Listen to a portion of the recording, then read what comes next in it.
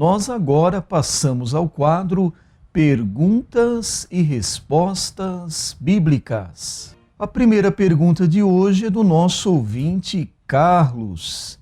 O Carlos nos ligou e fez um relato dizendo que um certo irmão, pertencente à igreja Deus é Amor, lhe falou sobre a proibição dos homens usarem bermuda, dos homens e as mulheres irem à praia. E ainda mais podemos acrescentar, por exemplo, usar bigode, usar barba. Então o Carlos quer que o pastor fale a respeito dessas proibições que a igreja Deus é Amor e até outras fazem. Isso são costumes? Isso são doutrinas? O que dizer, pastor? A Bíblia distingue muito bem doutrina de costumes. Costumes são passageiros. Hoje tem um costume, daqui a um ano tem outro costume. Então os costumes variam a partir de épocas. Por exemplo, quem poderia imaginar que um homem em nossos dias vestisse uma túnica, como que um tipo de vestido só amarrado na cintura, nada mais que distinguisse a vestimenta de um homem e de uma mulher, também diferindo da mulher a cor que ela usava para esta túnica. Nós temos hoje, na Escócia, homens que usam saia. É característica do lugar. Aqui no Brasil não usamos. Se formos lá, vamos ficar apavorados, vamos dizer, estranhando enormemente, mas para eles são normais. Então é preciso que o pastor tenha consciência, que ele saiba distinguir.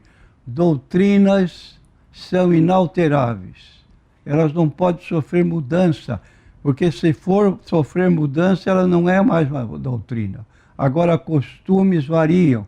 Uma pessoa que leva a sua igreja só firmada em costumes, como nós estamos observando aqui, o que é que o pastor tem com a individualidade do seu membro de proibi-lo de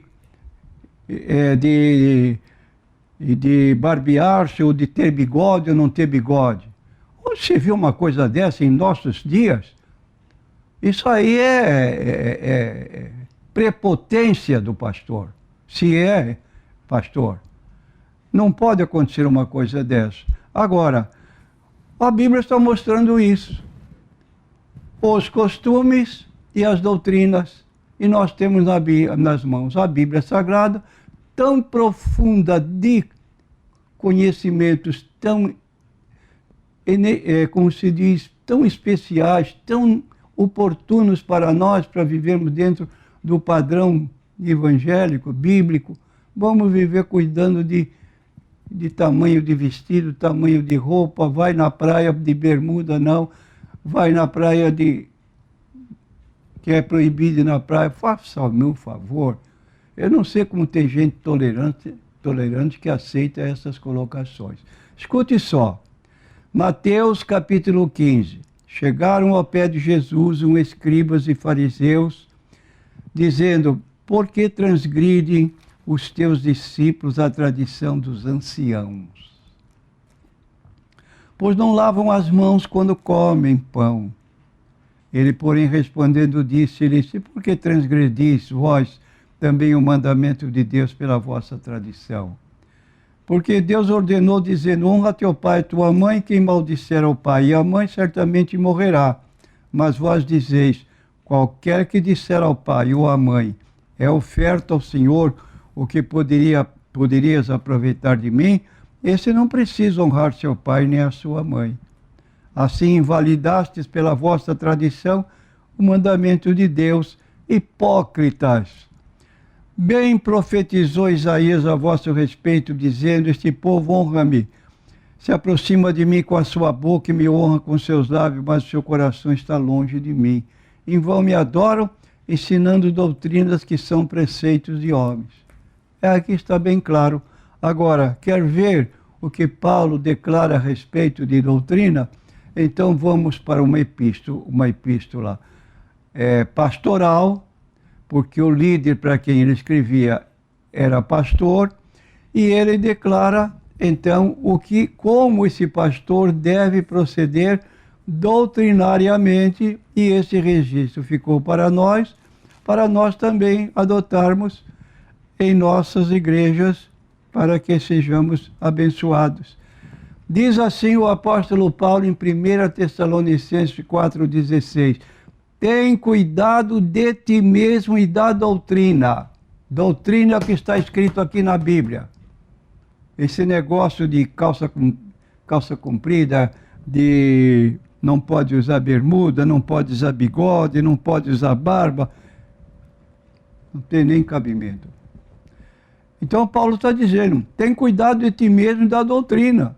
Persevera nestas coisas, porque fazendo isto te salvarás, tanto a ti mesmo como os que te ouvem. O apóstolo Paulo declara na carta aos Efésios, no capítulo 4 e no versículo 11, a necessidade de pastores.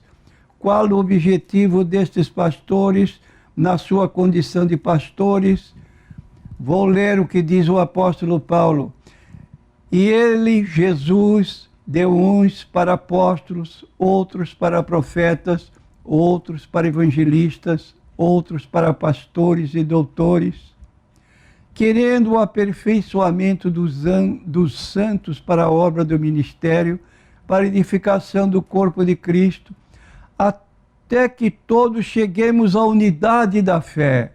Aqui sim, unidade da fé como a igreja primitiva. Todos que criam, estavam juntos, tinham tudo comum, e eles ali então perseveravam na doutrina dos apóstolos, na comunhão e no partir do pão. Doutrina dos apóstolos, não costumes dos apóstolos. E Paulo então diz aqui qual é o objetivo desses homens. Querendo o aperfeiçoamento dos santos para a obra do ministério, para a edificação do corpo de Cristo, até que todos cheguemos à unidade da fé, ao conhecimento do Filho de Deus. E eu pergunto para o meu ouvinte que fez a pergunta, alguma vez você notou essa pessoa que hoje está obrigando ele fazer alguma pregação, um estudo sobre a doutrina da Trindade, sobre a divindade de Jesus Cristo, quem é o Espírito Santo? Ele é uma pessoa divina ou ela é uma força ativa? O céu existe? Para quem é o céu? O inferno existe? O que acontece com a pessoa que morre fora de Cristo? O que acontece com a pessoa que morre como cristã, crendo nas Escrituras Sagradas? Abordou alguns temas desses controvertidos, mas doutrinas que hoje pululam de modos diferentes através das seitas. E a pessoa não tem conhecimento de nada porque nunca ouviu um sermão, uma pregação, um estudo nesse campo. Para que não sejamos mais meninos inconstantes, levados em roda por todo vento de doutrina, pelo engano dos homens que com astúcia enganam fraudulosamente. Aqui está o problema. E Paulo, como grande mestre, ele apresenta às igrejas a colocação dos líderes, qual é o trabalho deles, exatamente o que nós estamos fazendo aqui na Igreja Evangélica da Paz, doutrinando para não ver crentes como meninos inconstantes, andando por todo o vento de doutrina, não tendo parado. É o que o apóstolo Paulo estava fazendo. Ele escreveu ainda na sua carta a Tito o seguinte, vou ler parte dessa carta que o apóstolo escreveu para os nossos ouvintes, para saber o que Paulo ensinava, que está aqui na Bíblia Sagrada. Capítulo 2, versículos 7 a 10 da carta de Paulo a Tito. Ele diz o seguinte, aqui está um modelo de um cristianismo. Em tudo te dá, por exemplo, de boas obras. Na doutrina mostra a incorrupção. crente que sabe no que crê, conhece sua forma de crer, que a igreja adota, e ele sabe dizer o que é que você crê na Trindade, da Trindade, o que é que você crê a respeito da Bíblia Sagrada, qual o trabalho de Cristo na obra da redenção. Você está aparelhado para responder perguntas escatológicas sobre a vinda de Cristo? Ou você nunca ouviu uma mensagem? E Paulo está dizendo, em tudo te dá, por exemplo, de boas obras. Na doutrina mostra incorrupção, gravidade, sinceridade, linguagem sã, irrepreensível, para que o adversário se envergonhe, não tendo nenhum mal que dizer de vós. Exorta os servos a que se sujeitem aos seus senhores e em tudo agradem, não contradizendo, não defraudando, antes mostrando toda a boa lealdade, para que em tudo sejam ornamentos da doutrina de Deus. Ainda em Tito, capítulo 1, versículo 14, ele diz, não dando ouvidos a fábulas judaicas, nem aos mandamentos de homens que se desviam da verdade. Está completo aqui, mandamentos de homens.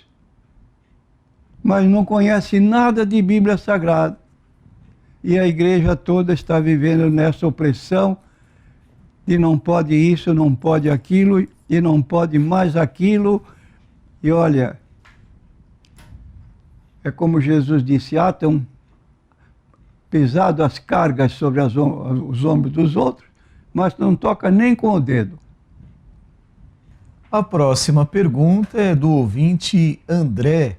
O André fez um relato breve de uma situação e pergunta ao pastor qual a posição de Deus, como Deus trata pessoas assim. Ele fala de um casal em que a esposa sofreu um acidente gravíssimo e depois acabou tendo problemas mentais. O marido, por muito tempo, cuidou dela e ela veio então a falecer. E aí o André pergunta como Deus trata casos desse tipo. O André só não relatou se esse casal já era evangélico antes desse acidente, se essa esposa já tinha aceitado Cristo antes desse acidente, mas ele pergunta ao pastor como Deus trata casos assim, pastor. Até o momento de lucidez de uma pessoa, ela é um ser que tem compromisso diante de Deus. Ide por todo o mundo, pregar o evangelho a toda criatura. Quem crer e for batizado será salvo, mas quem não crer será condenado. Até o batismo ela pode ser dispensada. Necessariamente é a forma de a pessoa crer. Como diz 1 Coríntios, capítulo 15, versículos 3 em diante. Eu vos notifico, irmãos, o evangelho que recebi, pelo qual também sois salvos, se o retiverdes tal como vou-lo tenho anunciado. Primeiro, que Cristo morreu por nossos pecados, segundo as Escrituras. Segundo, que foi sepultado, mostrando cabalmente que Jesus tinha um corpo de carne e ossos e sangue no seu corpo. Terceiro, ressuscitado corporalmente dentre os mortos. Então a ressurreição de Cristo é a garantia da nossa salvação. Morreu por nossos pecados, ressuscitou para nossa justificação. E diz o texto, então, complementando, nenhuma condenação há para os que estão em Cristo Jesus. Se ela no leito de morte, esta senhora, com lucidez, tivesse feito uma confissão admitindo que não fosse uma cristã, também seria salvo. Romanos, capítulo 10, versículo 9 e 10. Se com a tua boca confessares ao Senhor Jesus e no teu coração creres que Deus o ressuscitou dos mortos, serás salvo, visto que com o coração se crê para a justiça e com a boca se faz confissão para a salvação. Se não tivesse qualquer contato nesse estilo mencionado antes do desastre e morreu também na mesma forma inconsciente, então, se não tinha nenhum relacionamento com Cristo, não está salva. Agora, se teve relacionamento com Cristo antes, então ela está salva. Salva na pessoa de Cristo. Seguindo agora o nosso roteiro, a próxima pergunta é NQI. O nosso ouvinte fala sobre o Salmo 91, verso 4. Diz assim, que ele usa a expressão como se Deus fosse uma ave, expondo que ele tem penas e asas. Então o NQI aqui pergunta qual o significado, pastor, dessas palavras. Nós queremos dizer que essa colocação do salmista, ela é parecida com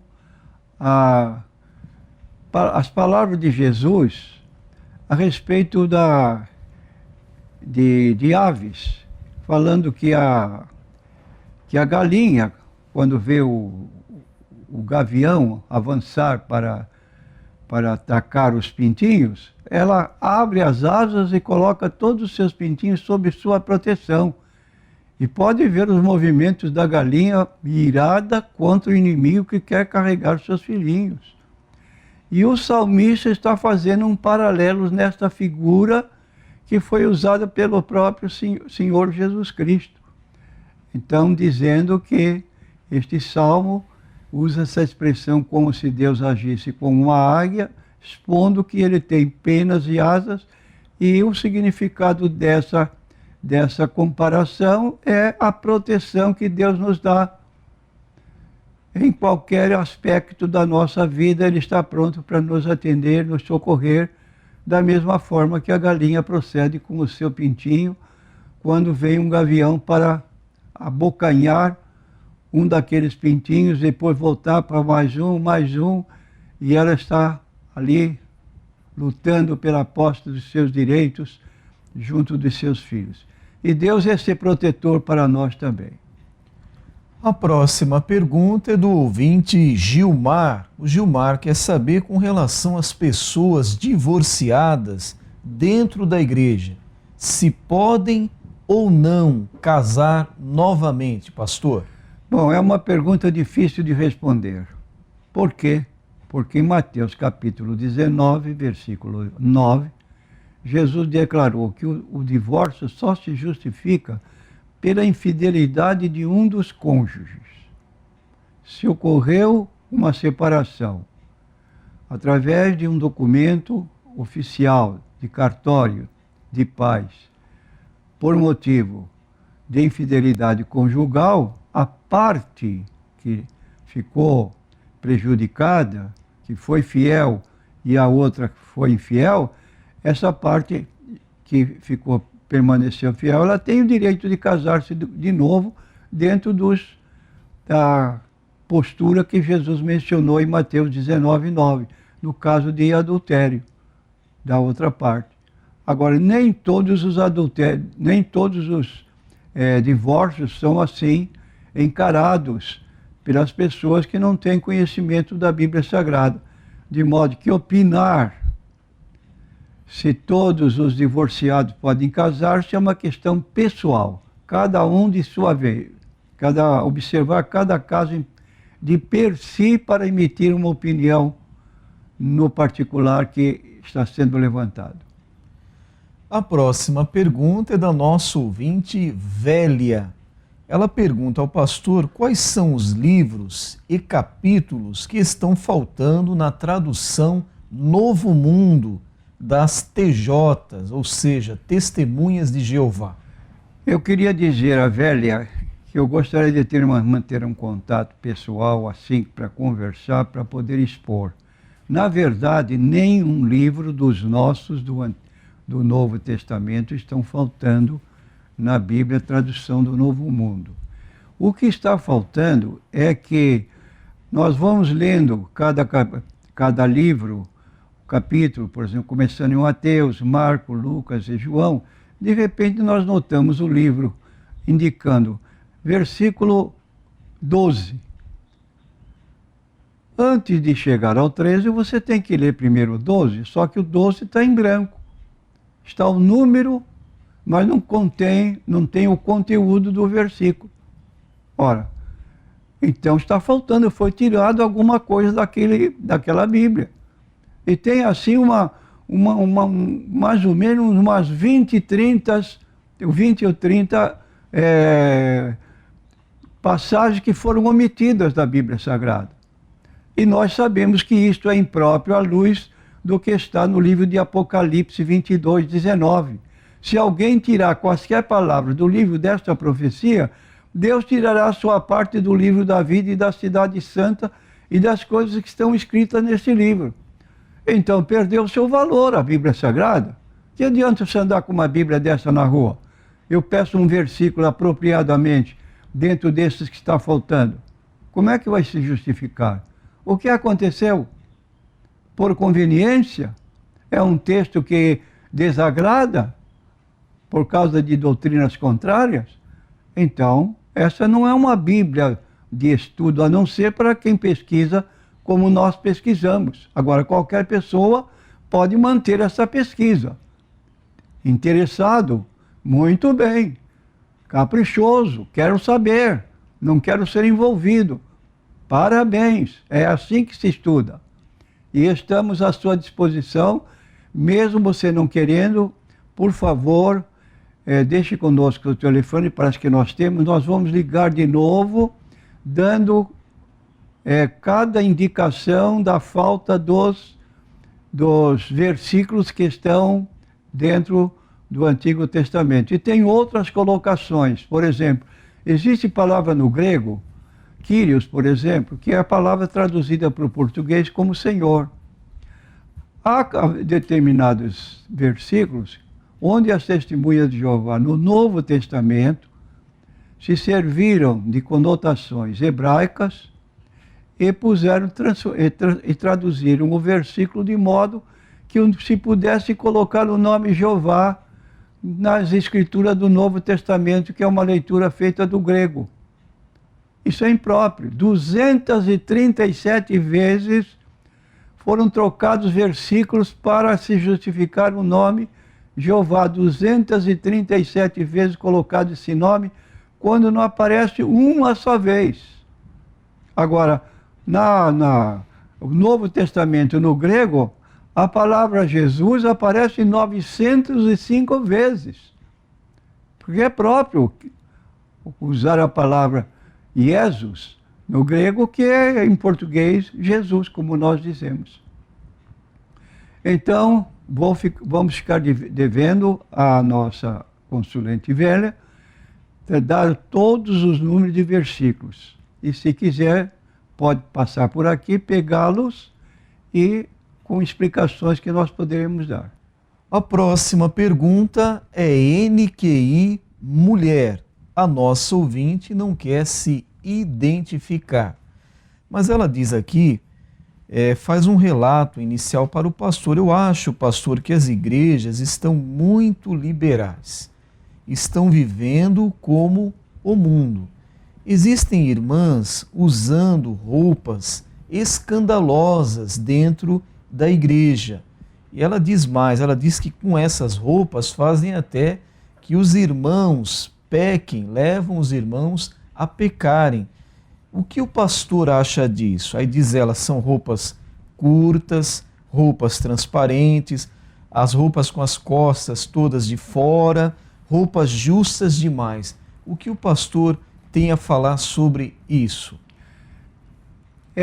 Essa forma de se vestir, exatamente quando vai para a casa de Deus, é uma falta de sentimento de respeito à casa de Deus. No livro de Eclesiastes, capítulo 5, versículo 1, diz assim: guarda o teu pé quando entrares na casa de Deus, porque chegar-se para ouvir é melhor do que oferecer sacrifícios de tolos, pois não sabe que fazem mal. Então está correta a observação da nossa irmã, porque eu, sem querer julgar, mas eu acho que a mulher deve saber se vestir para quando vai a determinados lugares. Se ela vai passear, ela tem um tipo de liberdade maior próprio para um lugar como a praia. Mas se ela se dirige à casa de Deus como se fosse para a praia, tenha paciência, falta o respeito ao temor de Deus na sua vida. Ela não considera a casa de Deus como casa de Deus, porque do contrário ela não punha os pés na casa de Deus do jeito que anda na rua. E aí está uma colocação que é preciso realmente, vamos dizer, punir? Não. É questão de temor de Deus. Eu vou na casa de Deus. Eu quero que quando me vejam caminhando na rua, me vejam como eu vou entrar numa igreja. Que a pessoa possa considerar respeito que aquela pessoa tem em entrar numa igreja. Agora, entrar numa igreja como se vai para uma praia, para um passeio, para um piquenique, isso é impróprio. Isso depende de cada pessoa. Agora, se precisar chamar atenção, é até causa vergonha, porque cada mulher tem a sua própria maneira de se conduzir e tem o seu marido para divertir.